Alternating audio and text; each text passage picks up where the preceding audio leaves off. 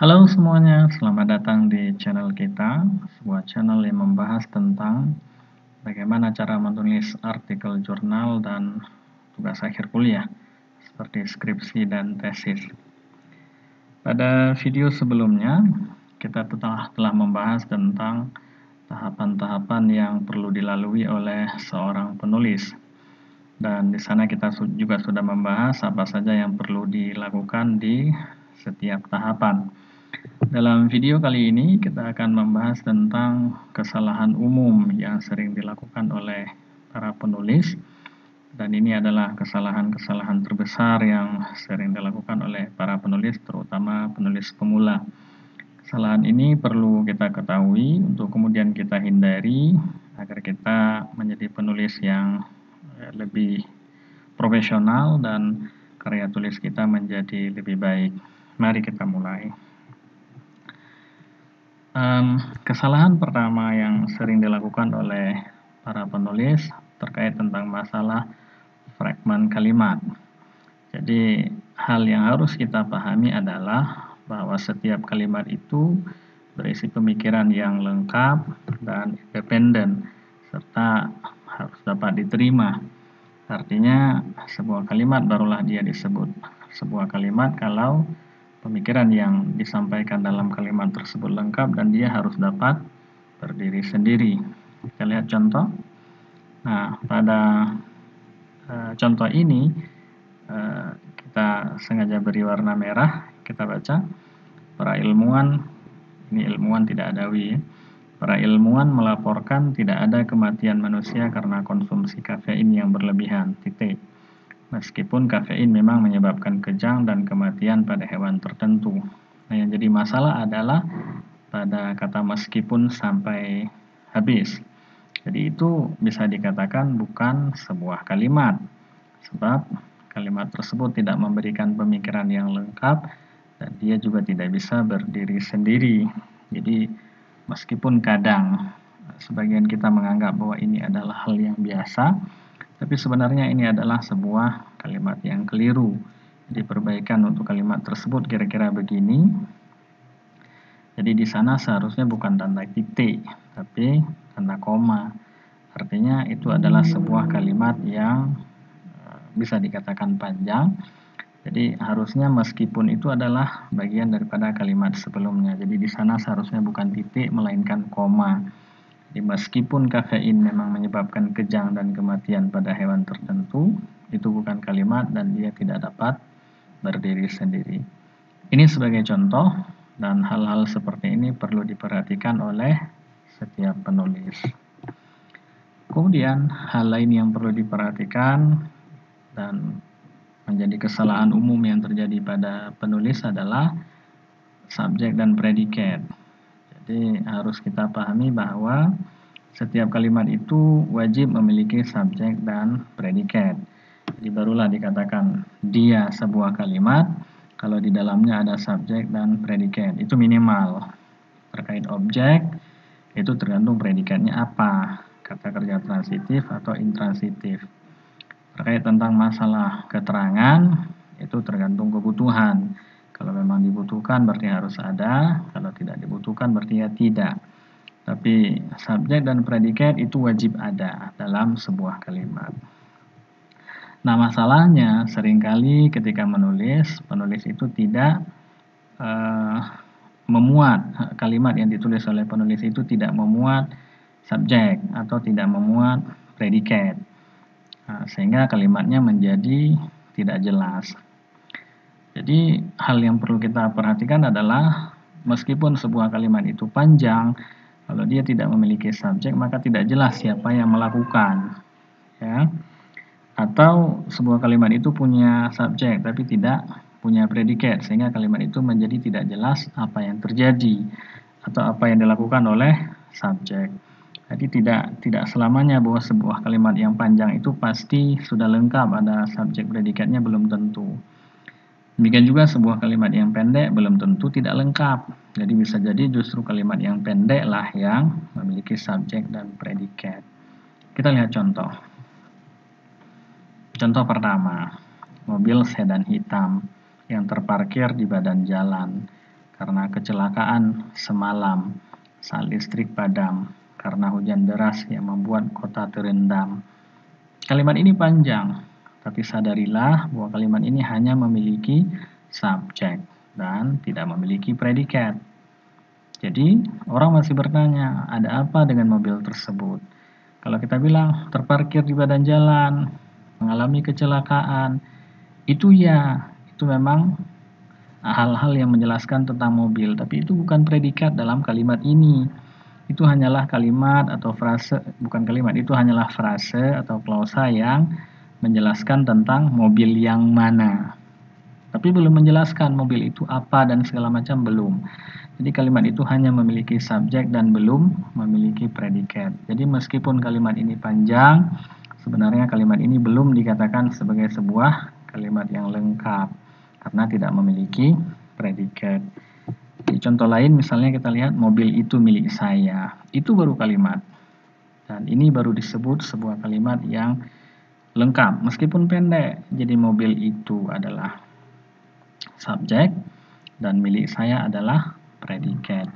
Jadi hal-hal seperti inilah yang perlu kita pahami, bahwa tidak selamanya bahwa kalimat yang panjang itu sudah pasti lengkap, belum tentu. Kalimat yang pendek itu bisa jadi justru kalimat yang pendek yang lengkap. Jadi harus kita pahami bahwa setiap kalimat itu mengandung subjek dan predikat, dan harus kita pastikan bahwa setiap kalimat itu ada subjek dan ada predikatnya. Kalau tidak, kalimatnya tidak akan jelas dan itu akan membingungkan pembaca. Lanjut, kesalahan lain yang sering terjadi pada penulis-penulis, terutama penulis pemula adalah terkait tentang masalah penggunaan kalimat pasif. Jadi kalimat itu ada dua, ada kalimat aktif, ada kalimat pasif.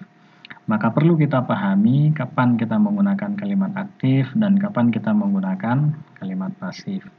Yang paling disukai adalah kalimat aktif. Maka usahakan untuk menggunakan sebanyak mungkin kalimat aktif. Kenapa? Karena kalimat aktif itu lebih tegas.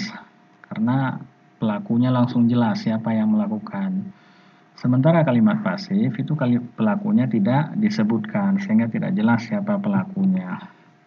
Maka tugas kita sebagai penulis adalah yang pertama, gunakan kalimat aktif, usahakan untuk menggunakan kalimat aktif. Namun di tempat-tempat tertentu ada kalanya kita harus menggunakan kalimat pasif. Maka dalam hal menggunakan kalimat pasif yang perlu kita perhatikan adalah pertama, gunakan kalimat pasif secara tepat, artinya sesuai dengan grammar. Ada aturan dalam sebuah bahasa bagaimana cara menggunakan kalimat pasif yang benar. Misalnya, bagaimana aturannya dalam bahasa Inggris, misalnya menggunakan to be, misalnya gunakan to be yang sesuai. Nah, kalau continuous misalnya, bagaimana bentuk to be-nya, gunakan to be yang sesuai, ikuti aturan yang telah ditentukan. Kita tidak bahas lebih jauh tentang masalah cara membuat kalimat pasif karena itu ada materi khusus dalam pembelajaran tata bahasa grammar. Jadi intinya ikuti aturan tersebut. Kemudian hal yang perlu kita perhatikan juga adalah gunakan kalimat pasif hanya pada kondisi yang tepat. Artinya kapan kalimat pasif itu perlu digunakan, maka hanya pada saat itu kita gunakan. Sementara pada kondisi lain gunakanlah kalimat aktif. Karena kalimat aktif itu adalah dasar kalimat dan itu lebih disukai. Kita contohkan.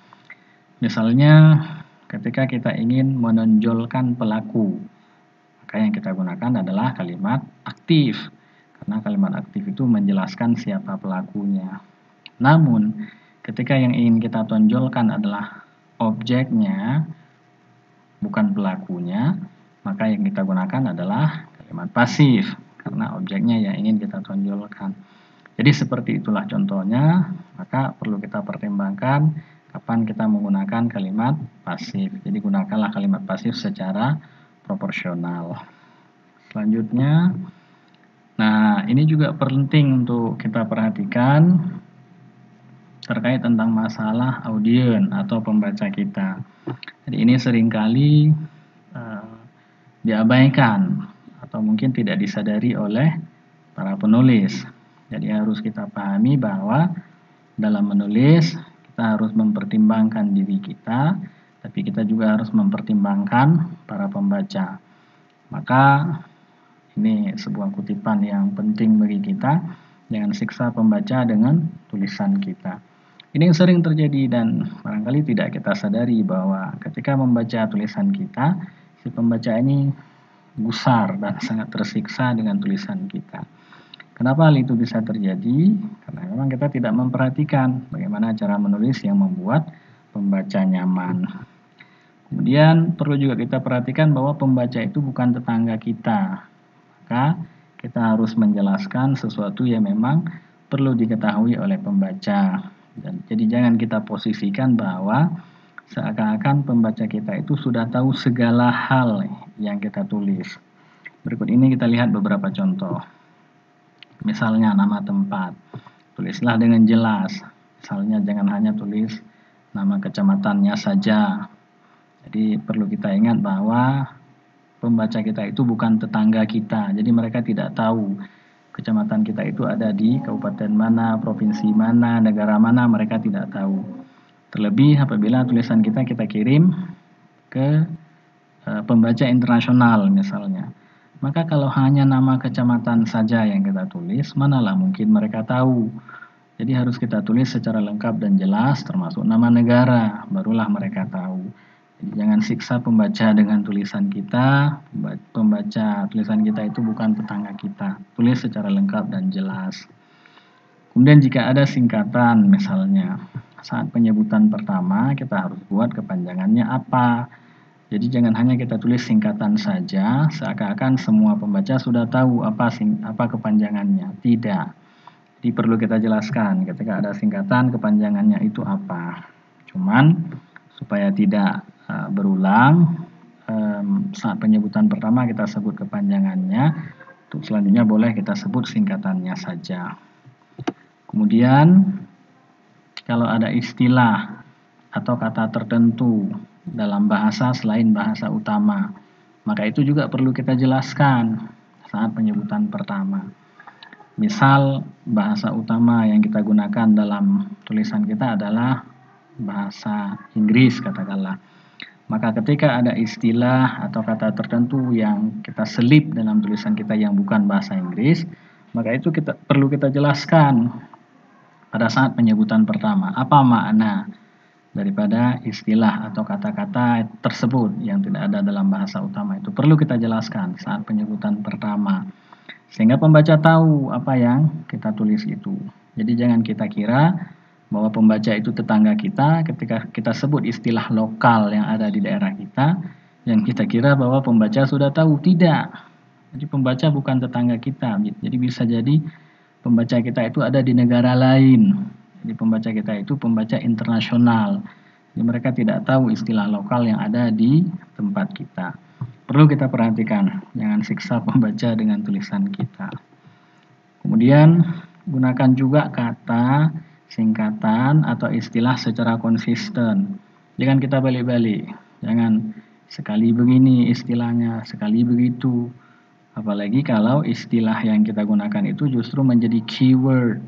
Dan ini menjadi aneh, masa keyword berganti-ganti. Jadi gunakan secara konsisten sehingga itu tidak mengganggu pembaca dalam membaca tulisan kita. Sebagai contoh di sini saya tulis misalnya ada kata pihak swasta, sektor swasta, NGO. Mana yang akan kita tulis? Mana yang akan kita gunakan? Maka pilihlah mana yang cocok, lalu gunakan term tersebut, istilah tersebut secara konsisten. Jangan sekali ini sekali itu, karena itu akan membingungkan pembaca kita. Jadi hargai pembaca kita yang akan membaca tulisan kita, dan dengan cara itulah mereka akan menghargai kita sebagai penulis. Ini hal yang juga perlu kita perhatikan.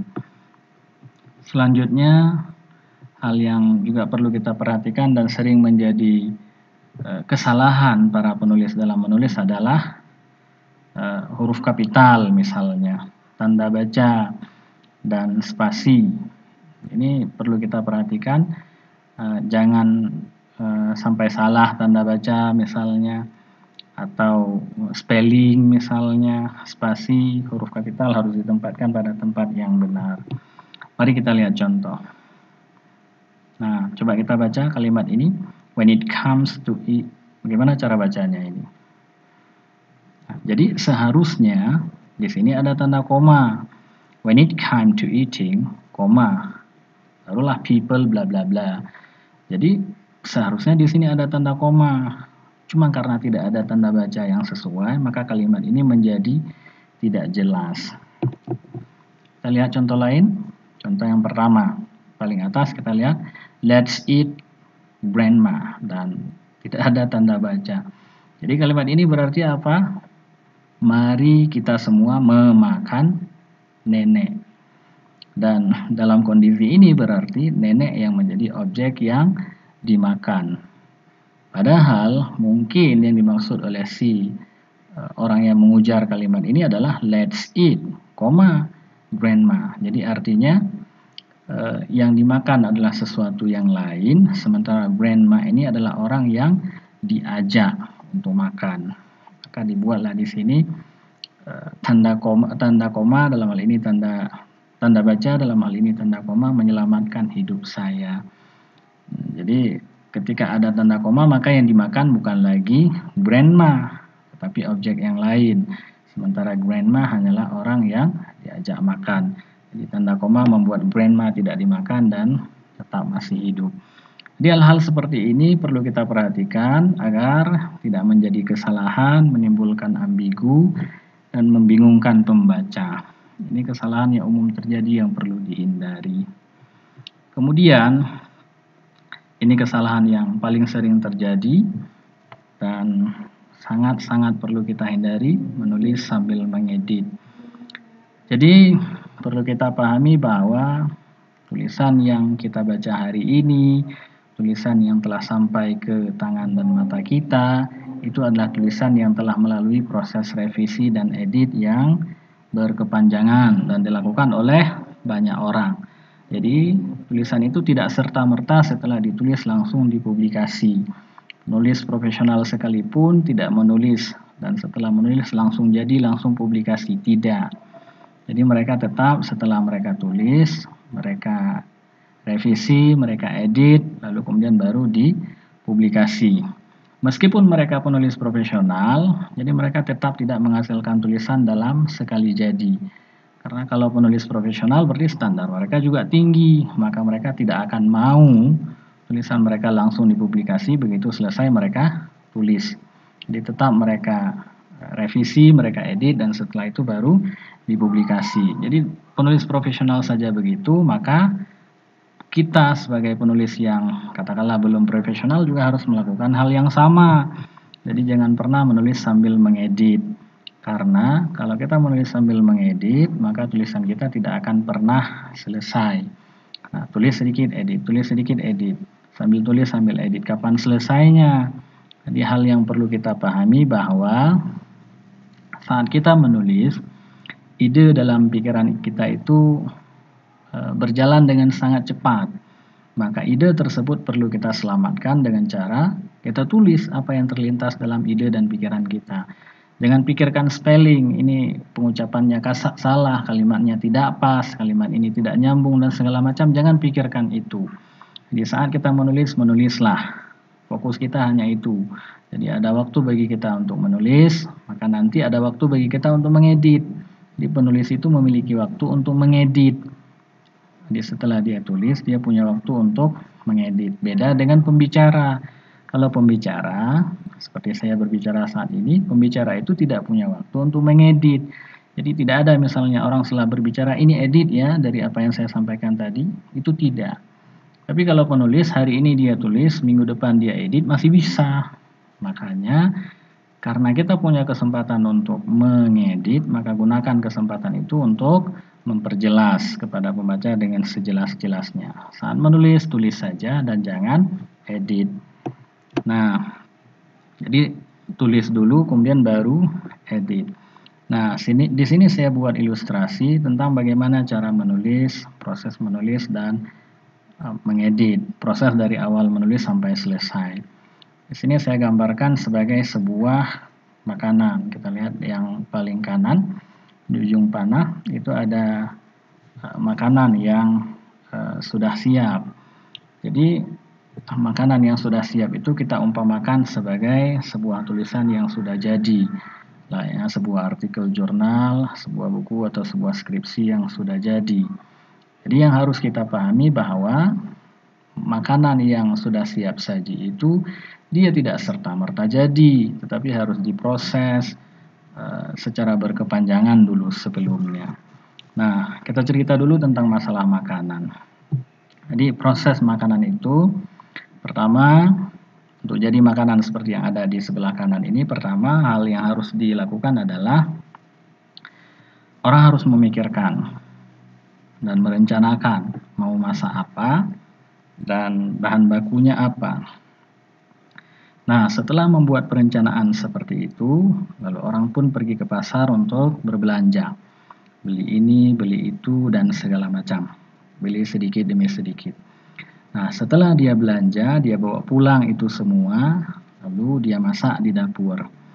Nah, ketika dia melakukan proses masak di dapur, apa yang dia beli tadi di pasar, misalnya sayur, tidak semua sayur yang dia beli itu dia masak. Dan juga tidak seperti yang dia beli itu semua dia langsung masukkan ke kuali, misalnya tidak. Jadi sayur yang telah dia beli tadi itu misalnya dipotong-potong sedemikian rupa, ada yang dibuang. Kemudian saat dimasukkan ke dalam kuali pun ada tahap-tahapnya, misalnya ini dulu yang dimasukkan. Setelah sekian menit, setelah ini matang baru dimasukkan ini. Setelah itu baru dimasukkan ini dan seterusnya. Jadi tidak sekaligus semua yang dibeli langsung dituangkan ke dalam kuali, misalnya tidak. Jadi ada tahap-tahapnya. Dan setelah melalui proses yang sedemikian rupa, barulah makanan tadi itu yang dasarnya dari bahan baku yang dibeli di pasar, diolah di dapur, kemudian barulah disajikan dalam sebuah piring yang siap disaji. Itu cerita makanan dan memasak. Sebenarnya menulis juga seperti itu. Jadi sebuah karya yang sudah ada di hadapan kita, apakah buku, skripsi, atau artikel jurnal, sebenarnya juga melalui proses dapur menulis. Bagaimana ceritanya? Mari kita lihat. Pertama, sebelum seseorang menulis, maka dia harus melakukan perencanaan dulu. Ini sudah pernah kita bahas di video sebelumnya di bagian tahap-tahap menulis. Jadi dia harus buat perencanaan dulu, mau menulis apa yang dibutuhkan, apa yang saya suka, apakah saya mampu atau tidak, apa kendala dalam menulis ini, dan seterusnya. Itu pada tahap perencanaan. Nah, setelah semua itu diputuskan, rencana sudah dibuat, maka mulailah dia menulis. Nah, saat dia mulai menulis, ini kita sebut proses drafting, itu sama seperti berbelanja di pasar. Jadi orang menulis itu sama seperti orang yang membeli sayur di pasar, ingin memasak. Dia beli ini, dia beli itu, dia beli ini sedikit, itu sedikit. Menulis juga seperti itu, tulis ini, tulis itu, tulis ini sedikit, tulis itu sedikit. Jadi drafting itu seperti mengumpulkan bahan baku yang akan kita olah nanti. Nah, setelah bahan bakunya ada, sayur-sayur itu sudah kita beli, barulah kita bawa ke dapur menulis. Apa yang sudah kita tulis tadi, barulah kita bawa ke dapur menulis. Di sana nanti, apa yang sudah kita tulis itu, barulah kita revisi dan edit. Jadi saat menulis awal itu seperti berbelanja. Setelah kita belanja, barulah kita revisi dan kita edit. Apa yang kita lakukan? Ada tulisan kita yang kita potong-potong. Ada tulisan kita yang kita buang. Ada tulisan kita yang kita geser-geser. Dan ada tulisan kita yang kita letakkan di sini, kita letakkan di situ, seperti orang memasak. Pertama ini yang kita masukkan ke kuali, setelah itu ini. Demikian juga menulis. Setelah kita kumpulkan apa yang sudah kita tulis tadi, maka kita aturlah. Pertama kalimat ini, setelah itu kalimat ini, pertama paragraf ini, setelah itu paragraf ini. Jadi kita atur sedemikian rupa, ada yang kita buang, ada yang kita tambah, dan segala macam. Setelah kita proses semua itu, barulah tulisan yang lezat itu kita sajikan kepada pembaca. Jadi tidak serta-merta sambil kita menulis, sambil kita mengedit, itu sama seperti orang sambil memasak, sambil berbelanja. Kapan selesai masaknya itu? Maka seperti itulah hal yang perlu kita pahami, jangan sampai kita salah menulis sambil mengedit akan membuat tulisan kita tidak akan pernah selesai. Jadi semua itu ada masanya, ada masa kita memeti, ada masa kita menuai, ada masa kita memati. Ada masanya kita menulis, ada masanya kita merevisi dan mengedit. Jadi jangan lakukan banyak hal dalam satu waktu. Seperti itu. Selanjutnya, kesalahan yang umum terjadi dalam dunia menulis adalah ada sebagian orang yang menolak untuk merevisi tulisan mereka. Mereka bilang menolak, tidak. Tapi mereka tidak melakukan revisi. Seperti yang kita sampaikan tadi, setelah mereka tulis, mereka kebut dalam semalam, dirinya pun tidak mereka baca, langsung mereka kirim ke orang lain. Maka tulisan yang amburadul itu tidak akan berkualitas. Jadi harus kita pahami bahwa setelah kita tulis, perlu kita revisi, perlu kita edit. Menulis itu bukanlah pekerjaan yang bisa dilakukan dalam sekali jadi, tidak akan pernah.